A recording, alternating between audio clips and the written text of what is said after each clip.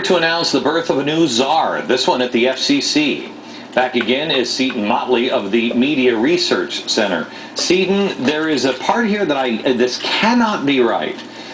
Lloyd suggests fining conservative radio stations up to $250 million and giving the proceeds to the government-subsidized Corporation of Public Broadcasting. That cannot be right. That's not exactly right. Well, that's an estimated total of what the operating costs are for somebody like Premier Broadcasting, who syndicates several large talk show hosts, Rush Limbaugh, Sean Hannity among them. That's just an extrapolation of the fine we've been discussing, which is dollar for dollar for their annual operating costs. Okay. So just to be clear, okay, so it's not a fine if you're a conservative radio station. He has laid out a roadmap for liberal activists to attack conservative and Christian talk stations, however. Okay. You said forget the fairness doctrine. A month after his report came out, he wrote an essay called "Forget the Fairness Doctrine," in which he lays out a way for liberal activists to use the FCC by threatening their licenses if they don't. If they're politically opposed to what they're saying on the air. It's all localism. I said and media diversity. Yeah. They're going to take it. They'll take those licenses. They'll keep everybody afraid to put anything on the air. If they do put something on the air, somebody can challenge it. They can take that license away from them at the end of the year and give it to some acorn-like group or some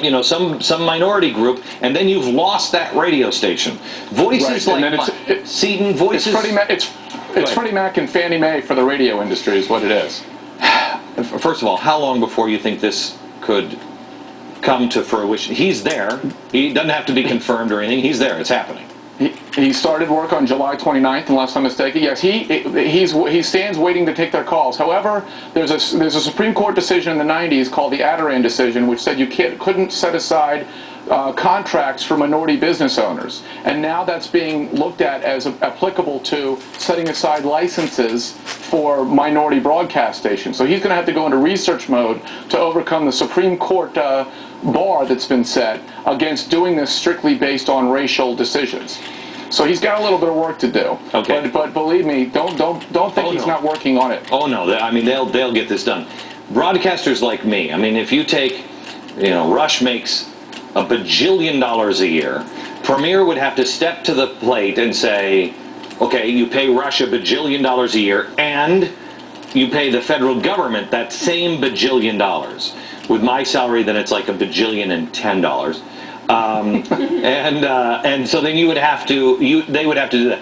That would wipe these people out. There's no way they could ever do it. So what happens? It's an assault on the radio industry to affect an ideological outcome. What happens to free speech in America? That's irrelevant to these people.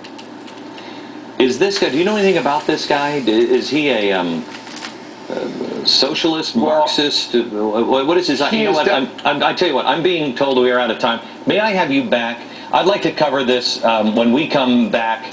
I'm going on vacation next week. The week after, I'm going to show America what is coming, and I'd like you to do some more research and have you back. Is that possible? I would love it. Thank you. Yes. Thank you very much, America.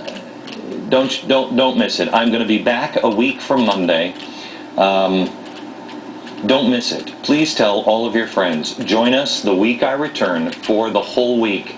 Please don't miss it. Back in a second.